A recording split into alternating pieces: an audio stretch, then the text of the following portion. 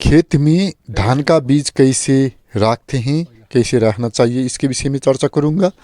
और धान का इतिहास क्या है, इसके विषय में मैं आज को ज्ञान दूंगा। दर्शक साथियों, आज हमने धान का बीज रखने के लिए यहाँ पर जा रहे हैं।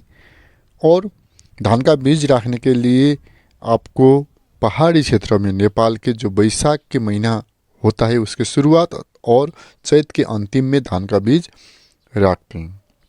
और आपको वहाँ पर खाद का व्यवस्थापन करना पड़ता है, सिंचाई का व्यवस्थापन करना पड़ता है और उसको अच्छी तरह से खंजित करना पड़ता है। ये जो धान खेती कर रहे हैं कृषक हैं, उसको ये सिखाने का कोई भी ज़रूरत नहीं है, सभी लोग को आता है।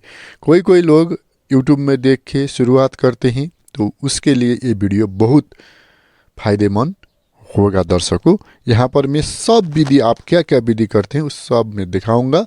साथ में मैं आपको धान का इतिहास भी बताऊंगा। धान एक प्राचीन खेती है। ये लगभग 10,000 वर्ष से मानव सभ्यता के इतिहास में आया है। और ये धान की उत्पत्ति आपको एशिया में हुआ था। ये मानव सभ्यता के शुरुआत में इसको उत्पत्ति हुआ था। धान का इतिहास बहुत पुराना है और ये मुख्य रूप में चीन और भारत का एक महान सभ्यता में विकसित हुआ था। और चीन और भारत का ये आदिम खेती है, पुराना खेती है। और प्राचीन चीनी ग्रंथों में धान की खेती का उल्लेख किया है। और ये माना जाता है कि धान की खेती चीन में यांगत्जी नदी बेसिन में विकसित हुई थी। और आपको ये जानकारी मिलना है, धान का खेती चीन में विकसित हुआ था। भारत में धान की खेती का एक लंबा इतिहास रहा है और इसे गंगा नदी के उपजाऊ मैदान में विकसित किया गया था। आपको ये ज्ञान होना चाहिए। और दूसरा बात मैंने आपको यहाँ पर दिखा रहा हूँ, मैंने ब्याड़ को तैयार कर रहा हूँ। पहले बार हमने इसको जोत लिया था और उसके बाद में थोड़ा सा पानी डाल के इसमें मैंने काम भी कर रहा हूँ। और अपने यहाँ पर वीडियो थोड़ा सा फास्ट करके भी मैं आपको दिखा रहा हूँ। और धान का खेती के उपयोग में माध्यम से कोई देशों ने खाद्य उत्पादन के लिए एक विश्वसनीय प्रणाली स्थापित किया है और ये दुनिया की सबसे महत्वपूर्ण फसलों में एक बन गई है। ये दुनिया का सबसे महत्वपूर्ण फसल भी हो रहा है। इस फसल की वृद्धि ने मानव सभ्यता के विकास में महत्वपूर्ण भूमिका निभाई है। जो मानव सभ्यता है, मानव सभ्यता के जो दिनों एक आदमी ने खाद्यान्न खाता है, उसके लिए ये बहुत परिकारों के लिए प्रयोग होता है। चावल के रूप में, भात के रूप में आदमी ने खाता है। आधुनिक समय में कई इस देशों में धान की खेती में वृद्धि जारी है और ये सबसे महत्वपूर्ण फसलों में एक बन गई है। बहुत महत्वपूर्ण फसल बन गई है।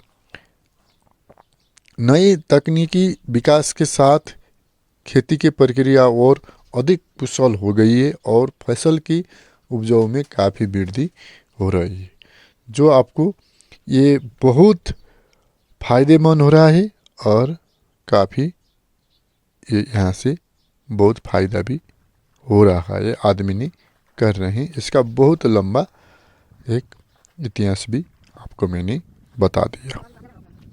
और मैंने आपको आज चावल का फ़ायदा क्या क्या है इसके विषय में भी आपको चर्चा करूँगा। दर्शक साथियों, इसके बहुत स्वास्थ्य में लाभ है और एशिया में उत्पत्ति हुआ है, मैंने पहले ही बता दिया। और ये ऊर्जा के एक मुख्य स्रोत है। चावल में कार्बोहाइड्रेट का एक समृद्ध स्रोत होता है जो शरीर के लिए ऊर्जा का प्राथमिक स्रोत है। यह उनमें लोगों के लिए एक उत्कृष्ट भोजन है। जीवन शैली में एक महत्वपूर्ण इसने नेतृत्व करता है और पाचन को बढ़ावा देता है। चावल पाचन में आसान एक खाद्य पदार्थ है। पाचन संबंधी समस्या वाले लोगों के लिए इस सिफारिश किया जाता है। ये फाइबर और लस मुक्त में कम है, जो इसके सीलिएक रोग या लस संवेदनशीलता वाले लोगों के लिए एक उत्कृष्ट भोजन बनता है और ब्लड प्रेशर कम करता है। ब्राउन राइस मैग्नीशियम का एक अच्छा स्रोत है जो ब्लड प्रेशर को कम करने में मदद करता है। नियमित रूप में ब्राउन राइस खाने से उच्च रक्तचाप के जोखिम को कम करने में मदद मिल सकती है। और आपने यहाँ पर देख रहे हैं जो काम करने के लिए खाद का बहुत अच्छा होना चाहिए। जो आप बीज रोप रहे हैं, बीज के लिए अपना पुराना मल और खाद अच्छा होना चाहिए। अच्छा खाद हमने खेती में डालेंगे, बीज में डालेंगे तो बीज का अंकुरण भी अच्छी तरह से होगा, वृद्धि विकास भी अच्छी तरह से होगा। बीज का वृद्धि विकास अच्छी तरह से होगा तो वहाँ पर फल भी बहुत अच्छी तरह से खेती में लगेगा। और मैंने आपको फिर इसका फ़ायदा बताऊंगा। हड्डियों के स्वास्थ्य के लिए भी चावल बहुत अच्छा होता है, जिसमें फॉस्फोरस मिलता है और जो हड्डियों के साथ के लिए आवश्यक होता है। इसमें कैल्शियम और विटामिन डी भी होता है जो हड्डियों के स्वास्थ्य के लिए महत्वपूर्ण होता है। और वजन प्रबंधन में मदद करता है चावल ले। और मैंने यहाँ पर देख रहे हैं काम में, और उसको खाद को मैं अच्छी तरह से यहाँ पर उसको रख रहा हूँ। और चावल में ऐसा वसा और कैलोरी कम होता है, वसा और कैलोरी कम होता है और यह जटिल कार्बोहाइड्रेट का एक अच्छा स्रोत है। चावल खाने से आपका पेट अधिक समय तक भरा रहता है, जिसमें वजन प्रबंधन में मदद मिलता है और उसके बाद में पुरानी बीमारियों से बचाता है। चावल में विटामिन ई और सेलेनियम जैसे एंटीऑक्सीडेंट होता है जो कैंसर, हृदय रोग और मधुमेह जैसी पुरानी बीमारियों की मदद करने में सहायता पुराता है। और लस मुक्त चावल स्वाभाविक रूप से लस मुक्ति होता है, जो इसे सीलिएक रोग या लस संवेदनशीलता वाले लोगों के लिए एक उत्कृष्ट भोजन बनता है।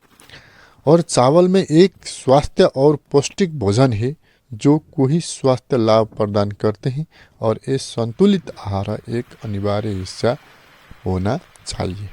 और दर्शक साथियों, आपने यहाँ पर देख रहे हैं और मैंने जो धान का बीज होता है, जब हम काम करने के समय में रेडी करते हैं जो ज़मीन को, उसके बाद में हमने धान को अच्छी तरह से वहाँ पर लगाना चाहिए। आपको दो विधि होते हैं, एक तो पानी को सफ़ा होने के बाद में उसको हमने यहाँ पर छोड़ देते हैं, और दूसरा विधि है थोड़ा सा मिट्टी धमीले होता है, पानी में घुलते हैं, उसी के बाद में हमने उसको लगाते हैं, छाड़ते हैं। क्योंकि यहाँ पर बंदर का समस्या है, थोड़ा सा ऊपर देखेंगे तो बंदर ने खा जाता है, इसलिए हमने मिट्टी में थोड़ा सा दब लिए। इसलिए थोड़ा सा धमीला जो पानी है, धमीला जो तैयार करेगा ज़मीन और मिट्टी और पानी का मिश्रण है, उसी में हमने इसको छोड़ देते हैं। ऐसे करने से थोड़ा सा मिट्टी में दब जाता है और ये अच्छी तरह से उबर भी जाता है और हमने बांदर से भी बचा जा सकते हैं, चारा चींटियों से भी बचा जा सकते हैं। और आज मैंने आपको धान का इतिहास क्या है और इसका फ़ायदा क्या है, चावल का फ़ायदा क्या है, इसके विषय में मैंने आपको बता दिया। और आपने भी समय में खेती लगाइए और मेहनत कीजिए, और आपका जो बंजर ज़मीन है उस ज़मीन अपने बंजर नहीं रखिए, उसमें कोई ना कोई खेती लगाइए, चावल लगाइए, कोदो लगाइए, मक्का लगाइए और आप बहुत सफल हो जाएंगे। आपके घर में खाने के लिए ये मिलता है। परिश्रम कीजिए, मेहनत करने से बहुत अच्छा जीवन जाता है, चलता है। और ये हमारा नेपाल का भूभाग है, स्याङ्जा, आँधीखोला, पञ्चमुल, डकालथोक, ये बिरुवा बोलते हैं। जो अभी मैंने काम कर रहा हूँ, ये खेत का नाम है बिरुवा, और आज हम बिरुवा के खेत में काम कर रहे हैं। और हमारा यहाँ पर थोड़ा सा खेत है और उस खेत के लिए हमने बीज को यहाँ पर रख रहे हैं। और दर्शक साथियों, मैंने आपको इसका लोकेशन भी बता दिया। अब हमने काम को ख़त्म किया है, अब हम घर में जाने के टाइम हो रहा है। और दर्शक साथियों, आज मैंने आपको धान का बीज कैसे रखते हैं, धान का फ़ायदा क्या है, ये मैंने सब डिटेल में आपको ये वीडियो बना के दिखा रहा हूँ। गांव का काम है, गांव में पुराना तरीका भी यही था और आज भी यही रहा है। और मैंने यही विधि से आपको जो पुराना तरीका से काम कर सके थे तो दिखाया। धान के बिया रखने के समय में आपको सिंचाई का प्रबंध होना चाहिए, मैंने थोड़ा सा आगे दिखाया था। उसका मूल, पानी का मूल वो भी होना चाहिए, वहाँ से मूल से और यहाँ तक हमने पानी लेके जाते हैं। और मैंने अब इसको फिनिशिंग करके अब हम घर में जाने के लिए तैयार हो रहे हैं। दर्शक साथियों भयो क्या अब जानी हो। अब दर्शक साथियों, आज हमने धान का बिया यहाँ पर आपसे रख दिया। लाइक, सब्सक्राइब, कमेंट कीजिए। इसके विषय में मैं आज सब कुछ आपको बता दिया। थैंक यू सो मच, धन्यवाद। और दर्शक साथियों, फाइनल में मैं थोड़ा सा दूर आया हूँ और दूर से भी मैंने जो काम किया आज वो दिखा रहा हूँ। अब हम, माँ और मैं दोनों ही घर चल रहे हैं। जो जितना सामान लाया था उसको हमने लेके घर जा रहे हैं। और ये वीडियो बहुत दुर्लभ है। लाइक, सब्सक्राइब और इंडिया में शेयर कीजिए। और आपने नेपाल गांव में कैसे काम होता है ये वीडियो दिखा के सबको जानकारी दीजिए। अपनी वीडियो लास्ट तक देख लिया, आपको बहुत बहुत शुक्रिया, बहुत बहुत शुक्रिया, धन्यवाद। प्लीज़ सब्सक्राइब करके हमको हेल्प कीजिए और वीडियो को शेयर करके हमको हेल्प कीजिए और हम आगे बढ़ने के लिए आपने मदद कीजिए। Thank you so much. आपका बहुत बहुत भला हो और आपका बहुत बहुत शुक्रिया।